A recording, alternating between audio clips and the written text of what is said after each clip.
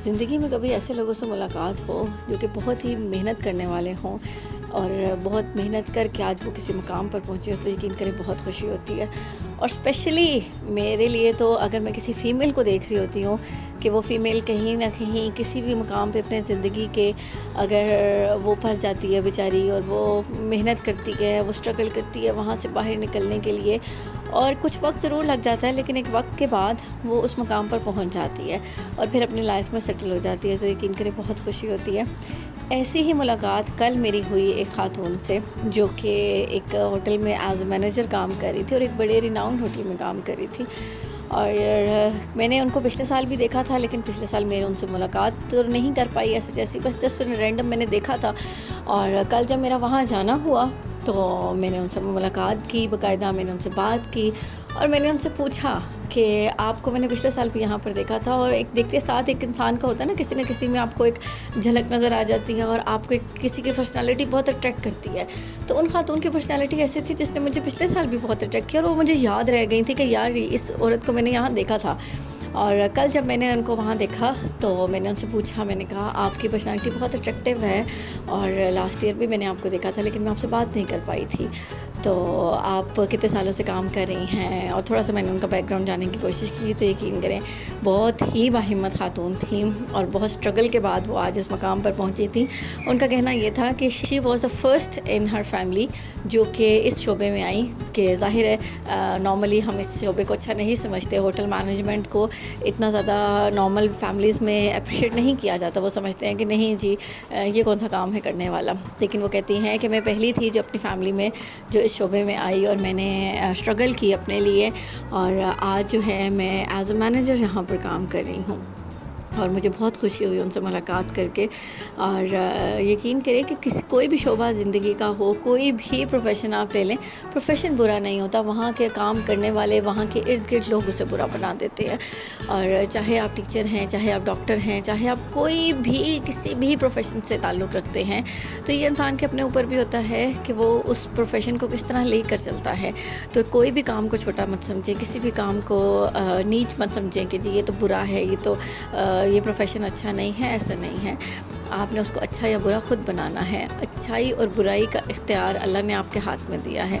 इंसान को शऊर इसीलिए दिया गया है कि वो अच्छे बुरे का फ़र्क पहचान सके। आप अगर काम कर रहे हैं कहीं पे तो आप उसको पॉजिटिव तरीके से लेके चलें और अपना बेस्ट देने की कोशिश करें। और बस इस बात का ख्याल रखें, स्पेशली जो मर्द हज़रात हमारे साथ काम कर रहे होते हैं, तो उनसे स्पेशल रिक्वेस्ट ये है कि जब आपके साथ फ़ीमेल्स होती हैं काम करने वाली तो आप उनका कुछ ख़ास ख्याल रखा करें, उनकी रिस्पेक्ट का बहुत ख्याल रखा करें। नॉर्मली हमारे यहाँ पे यही होता है, पाँचों उंगलियाँ बराबर नहीं होती हैं लेकिन फिर भी मोस्टली जो मैंने देखा है कि साथ काम करने वाले ही आपको हरास कर रहे होते हैं, साथ काम करने वाले ही आपको गंदी नज़रों से देख रहे होते हैं।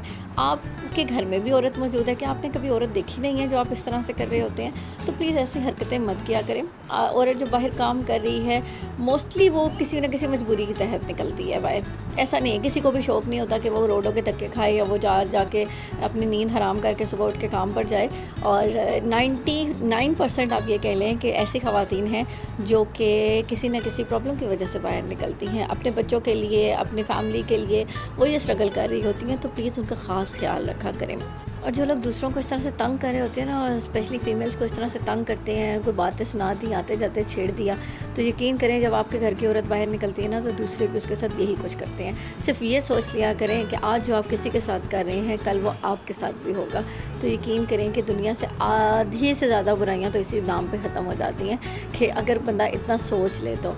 लेकिन मोस्टली ये होता है कि सोचते ही कहाँ हैं, वो कहते हैं जी वो देखी जाएगी। अगर आप देख लें कल को तो यकीन करें कि आप अपने आप से नज़र ना मिला सकें, आप अपनी शक्ल ना देख सकें दोबारा ज़िंदगी में, कभी आंख उठा के ना देख सकें कभी कि आपके सामने आपके करतूत रख दिया जाए। तो मेहरबानी करके ऐसा मत किया करें और फीमेल्स को रिस्पेक्ट दिया करें। मैंने बहुत ज़्यादा मैंने अपनी लाइफ में ये देखा है कि बहुत कम लोग ऐसे हुए हैं जिन्होंने रियल में आके जो है ना कोई रिस्पेक्ट का फैक्टर जिनके अंदर थोड़ा सा पाया जाता है, वरना मोस्टली तो बस गैरत के साथ बे लगा लें आप, तो वही हाल होता है। एक साहब थे, बड़ा ही पुराना एक वाक़या है, 2000 तकरीबन 13 की बात होगी कि मैं एक ऑफ़िस में थी और वहाँ पर बड़े एक एजड किस्म के साहब हुआ करते थे। बस याद आ गया अभी ऐसे ही, बस दिमाग में उनका नाम याद आ गया, नाम नहीं लूँगी, लेकिन जो है ना काफ़ी एजड किस्म के मर्द थे वो।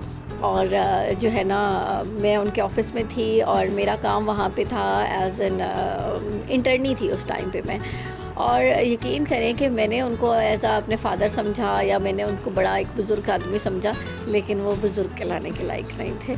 और इतनी कुछ छिछोर किस्म की उन्होंने हरकतें की, इतनी छिछोर किस्म की हरकतें कि आज भी मैं उन्हें याद करती हूँ कि यार वो घटिया आदमी और कभी मुझे ज़िंदगी में मिले तो वहाँ तो ऑफ़िस में मैं उसे कुछ कह नहीं सकी थी क्योंकि वहाँ पे वो सीनियर था।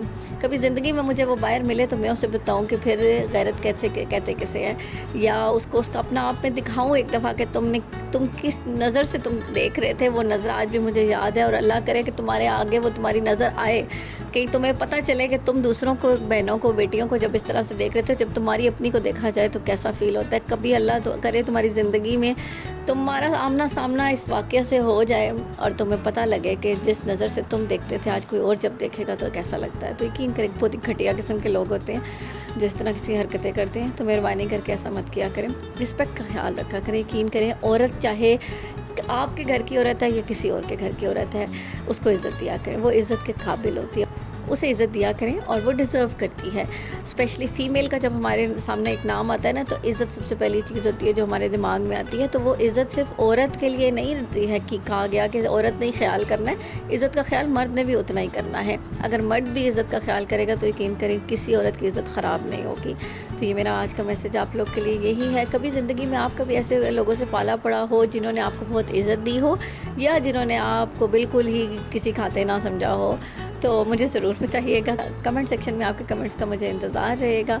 मिलते हैं आपसे अगले व्लॉग में, तब तक अपना बहुत सारा ख्याल रखिएगा क्योंकि आपके बहुत सारे प्यारों को भी आपकी बहुत सख्त किस्म की ज़रूरत है। अल्लाह हाफ़िज़।